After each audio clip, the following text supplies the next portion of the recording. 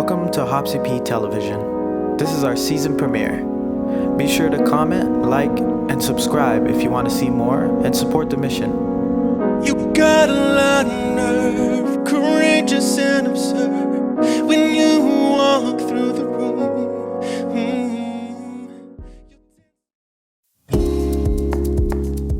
Harrison, thank you so much for joining us, man. It's a pleasure. Thank you for having me. No problem, no problem.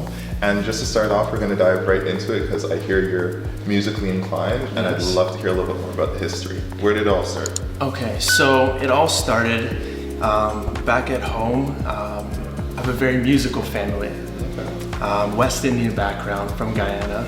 Both my parents are from Guyana. And so from that, my dad used to play a lot of music at home. A lot of reggae, a lot of actually B.J. Thomas, old stuff, Otis Redding. And, you know, and after that, I just naturally drew towards it.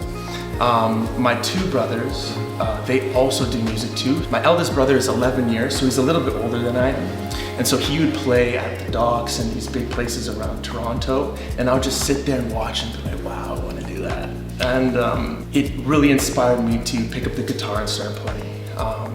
And so that's where my music journey really began. And it's in the family, it stays in the family, and it's just grown from that. Just like the sun's the only one who hasn't seen her glow. Ultimately, when you were coming up as a kid, did you always want to be a performer? What was your first initial dream? Because I wanted to be a lawyer, but I don't have the patience for that. Yeah, it was always performers, always music. When I think back, there's nothing else in my mind that really took my heart like that. I think that's when you know. That's when you know. Moved. When you feel moved, right? Your head's in the clouds. Mm-hmm. That's your head's in the clouds, and that's all you can think about. That's all you really feel.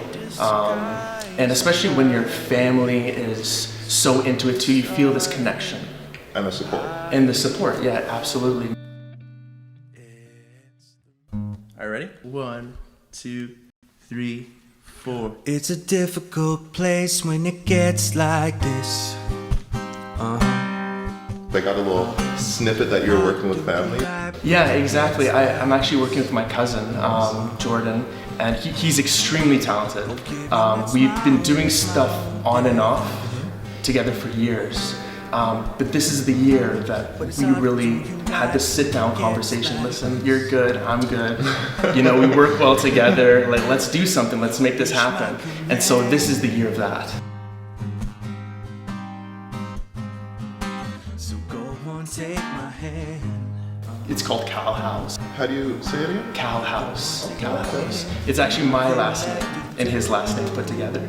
You really went straight for straight for the Frankenstein. Yeah, the Frankenstein, right? When you speak about like working with your cousin now, are you thinking on a bigger scope, like creating a band, or did you want to just keep it small and you want to kind of nurture your craft together? That's exactly right. Like at this point, I just want to cultivate our career together and build it from the ground, build a nice foundation, build a sound, and just work this year on what that sound looks like.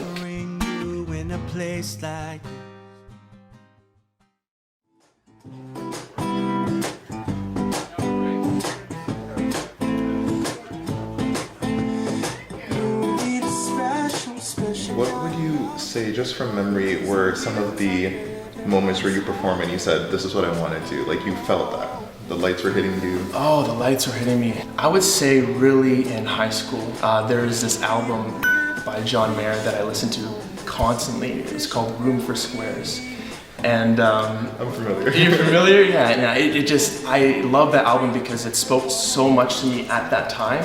And when I was playing that type of music and these songs, cover songs, at school, and the reception I was getting and the friends that I was making, it felt really good. It felt like I was building a community. It felt natural. It felt very natural, very natural. And I think it really hit me my grade 11 talent show.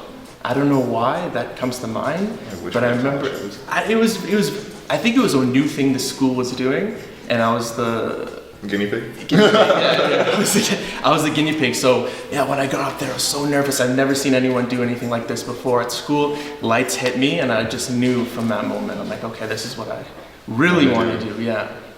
Child cries more than he. And have you ever had any moments of like, obviously everybody does, but fear when you're like, I don't know if I can do this, or where you get maybe too many butterflies in your stomach? What moment was that? In performing, I've actually... Not only performing, but even just the creative process where you have like a dry spell. Yeah, that's a good question. I think if I were to talk about fear, it would be when I was diagnosed with MS growing up, when I was 19 years old. Mm-hmm. At that time, I really was fearful because I didn't see the future. I couldn't see what was ahead of me at that time. And I couldn't see where music fit into that. And I think in that point in my life, it really helped me in a way. I was very afraid because I was diagnosed. The next year, I went through a relapse where I lost my feelings in my hands, feelings in my feet. I couldn't walk. I was pretty much a vegetable. And at that point, I thought to myself, what am I to do, right?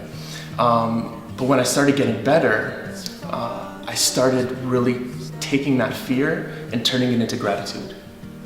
I was really grateful for the small gains I had in my life. I was grateful that I woke up and I felt feeling in my hands, grateful that I woke up felt feeling in my legs and my feet. It was just grateful for the little things, like the baseline little things in life. And then that's where I turned the fear into something different, which was, I might be fearful of these things, but I know it's real, and I know that the love for music is real. After I was getting better and I had to relearn how to play guitar, it was like, okay, I had conviction for this music stuff now. It was like, okay, I definitely want to do this. I know I want to do this now. Wasting no more time. Wasting no more time because I had life without it. Mm-hmm. And fortunately only for like a little bit, like 2 months, really. And I can't live without this thing. So it gave me conviction to go forward, and it gave me perspective. Like, this is a longevity you have to look at, not the short term. Literally the definition of you don't know what you have until it's gone. Yes, yeah. Very nice, very nice.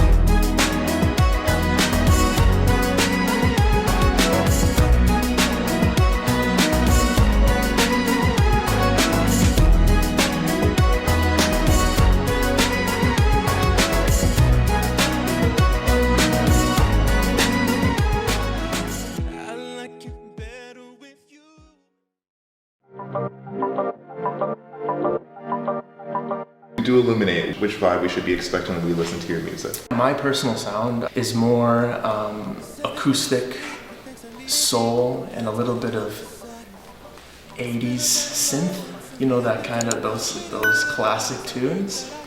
It's really a melting pot of sound. Beautiful. And from growing up, like Guyana is it's very multicultural. As so many, I remember there's this one day, I can't remember off the top of my head, in Guyana that they celebrate, and they celebrate a bunch of cultures at once. A bunch of holidays just at once, and everyone celebrates each other, and that's a really cool concept for me. So I try to bring that to my music. So for example, I like a little bit of R&B. People say my stuff kind of sounds a little bit of R&B, a little bit of acoustic, a little bit of retro soul, that kind of Stranger Things vibe. So it's really just pulling from all these sources that I like into one. And it's hard when people say, what does your sound like? Because I feel like I'm at a point in my life, right? I'm thinking, it doesn't sound like anything you've heard or anything that I've heard. It's me, yeah, that's me. But for the Cowhouse stuff, it's music in a new direction for me, something I'm also passionate about. Like I just got this picture of Sade, this huge poster that I have in the studio that's just like my shrine, and I love it. And it's music like Marvin Gaye, lots of R&B, R&B parts, soul. Yeah, that's a good way. Beautiful. All right, music with a little flavor. Yeah. Looking forward to it. What would you say is a moment that gave you that little kick in the butt that you needed to say like, all right, next couple of years is going to be my year? Like, what was the moment? Because I know you said you're working with your cousin, of course. And I just wanted to understand a little bit about that before. Like, were there many times where you guys collabed or worked like parallel with each other, but not necessarily with each other yet, or? Well, the big kick in the butt for me, to answer the first question, is that the big kick in the butt was when I went to South Korea to teach English for a year. Nice. Right? It was a full-time job, but it was working full-time job for a year and doing music full-time. Right? So you got that, I really felt that friction between the two. There was only 24 hours in a day. Only 24 hours, right? Only 24 hours in the day. I really felt that friction. And so after the year was done, I said, you know what? It's time to really invest in one of these things. And I love teaching. I love the kids in South Korea. But I told myself, I started from the internal and said, you know what? I really need to do this for myself. And that was the big kick in the butt for me. If I can work a 9 to 5 for someone else, I can work a 9 to 5 for myself. In this very cutthroat industry and a little, I guess, confidence shaking, what advice would you give to somebody that's also steering in the same lane as you? I would say have patience. I think patience is the biggest thing in this music industry, especially when you want something now and you want fame now, you want plays now, you want views now. It's all about patience. You will do well if you're patient with yourself. And I'm not talking about like 6 months. I'm talking about 1 year, 2 year, 5 year, 10 year. If you really, really want to do this. And I think the second piece of advice I would give is be very versatile in this music industry today. Like my base is songwriting. Nice. I know I'm good at songwriting. With the music climate today, I had to learn how to be a songwriter, producer, mixer, PR. Can't just be one thing Can't just be one thing. And you are your own corporation. You are your own business. And you don't need a title for that. You don't need to incorporate yourself for that. You can have that mentally, put on your hat. You know, this is my business hat. I'm gonna do PR today. This is my mixing hat. I'm gonna do mixing today. This is my producing hat. I'm gonna do producing. So it's like, you have to be ready for multiple jobs as a musician today. I think for new artists too, you need to work internally. You have to work with what you believe is good inside. Start there. And I think a lot of people start with the external and start what they think is good and what the trends are, what trends are happening and what they think is popular, and that's a sure way to be very discouraged. And if you work from the inside out, that's super important as a musician, because you can always come back to what is working for you in your heart and what's good for your soul, what's good for your health, your mental health. You can look back and say, I did this for me. Nobody can touch you.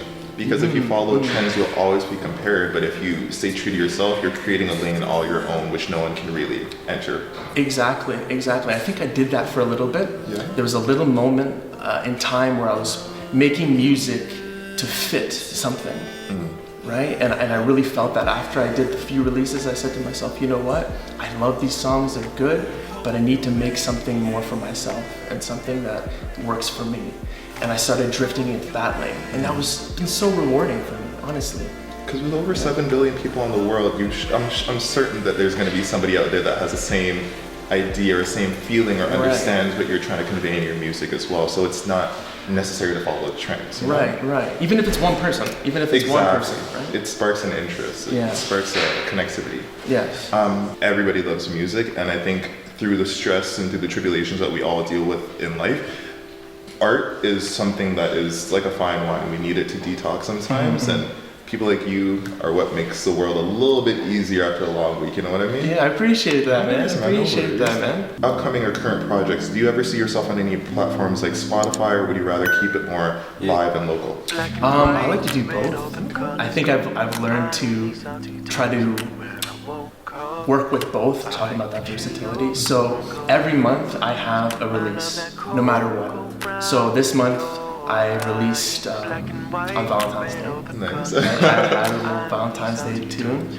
Next month I'll have another release, and the month after that I'll have another release.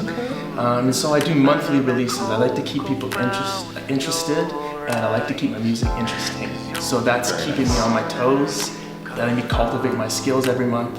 Keep consistent. Keep consistent. That's a big one too, especially because people's the attention span is very short these days, especially if you're up and coming. Right? And any upcoming plans or events that we can look up for that we can attend or maybe listen in on? Or? Well, honestly, just look out for me and my cousin Jordan Calhouse. That's the thing that I'm putting the most energy into right now, and the thing that I'm most passionate about. And I'm going to be around Toronto doing events and just very active in the community. So yeah, just keep an ear open. Shout out again to you and your cousin. I'm Thank you. really anticipating what you have this year. And I really appreciate you doing this interview with me. This was amazing. Yeah. Can't wait to see you. You're the only one that I see in color. What is your Instagram again for either you or your cousin, or if you both have one together? Yeah, my Instagram is at Harrison Caldeira. That's Caldeira. It's Portuguese spelling. And for Calhouse, it's just Calhuis. Yeah, that's it. You're the only one that I really care for. Let me know when you're ready. That's rolling. Is that rolling? Yeah. Oh, okay. Alright. We're rolling. I'm looking at him, he's strolling towards me.